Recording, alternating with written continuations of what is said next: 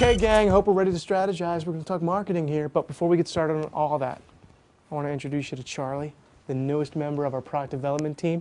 She comes from our biggest competitor. Glad to have you here. Oh, yeah. Hi, everyone. Thank you. You're going to be an asset here. I can feel that. Thank you, Griffin. Yeah, you know what else I can feel? The energy. The energy from this gem of an idea that I have. So big, so precious, we're calling it Operation Ruby, like a precious stone. You with me? Of course. Yeah. Okay, let's get going. First of all,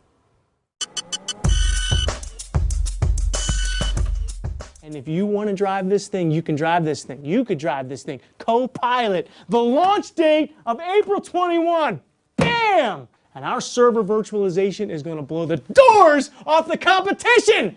With all that money, I'm going to get a big bat of double bubble gum. What are you going to get? That Harley you've always wanted? Yeah. And you can go back to school and take origami. You love that stuff. And golf lessons, right? Work on that short game. You've been using that foot wedge way too much. And you going to buy a smile or something, Charlie? What's up?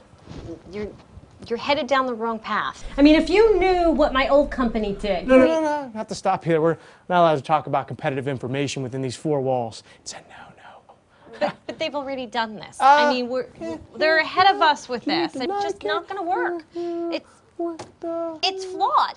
It's not flawed. It is flawed. No.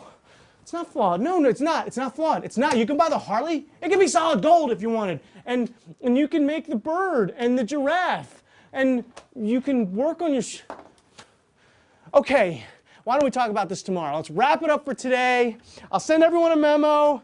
And feel free to stop by my office. I have a thing of chocolates on the desk. Just feel free to grab those. She says it's flawed. Flawed? How can it be flawed? What does she know? I want to ask her, but I can't ask her here. Huh? Got it. Charlie, come back here. Hi, Griffin. Sit down. I'm going to level with you. I never make a launch date. And I need this to launch, to hit that date.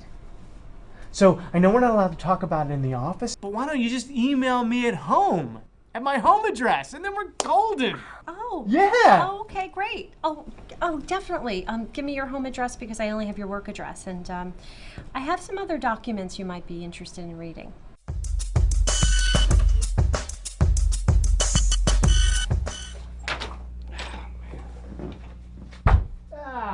Hey, you must be the electrician. For the foosball table, I'm thinking about putting it right over there. What? Is that baby gonna have enough juice for a latte machine? Love latte. Lattes? Who are you? I'm Bob. You didn't hear? Hear what? The genius who used to be in this office had information from a competitor sent to his home email rather than the business email. He did? And he thought that was all right. And you're not allowed to do that. Come on, really. Now he's out of a job. This is my office. And here I am. Can you help me with the beanbag chest? Out of here?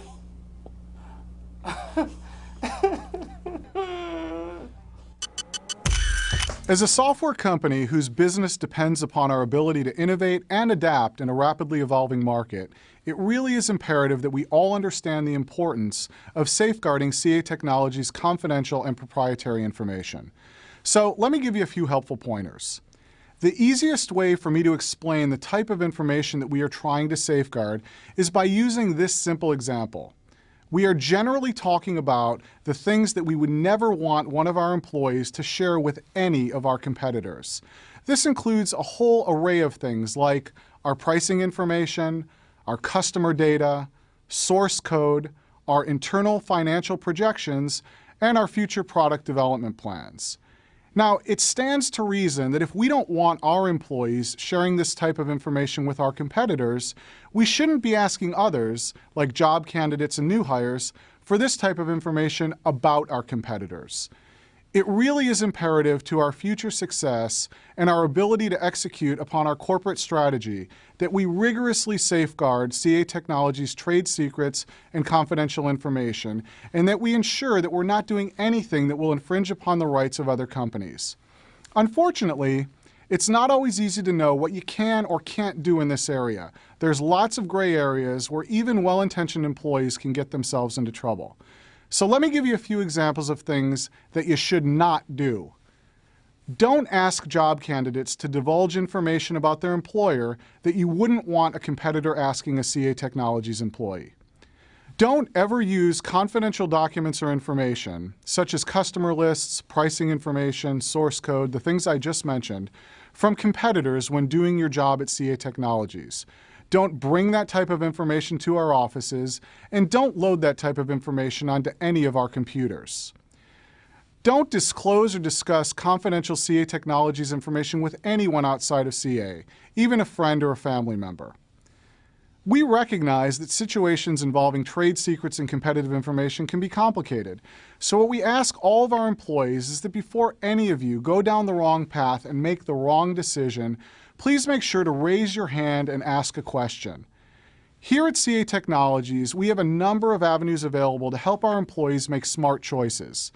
You should feel free to escalate concerns to your manager, the Human Resources Department, any member of the Business Practices and Compliance team, any member of the Worldwide Law Department, or through CA's helpline and webline.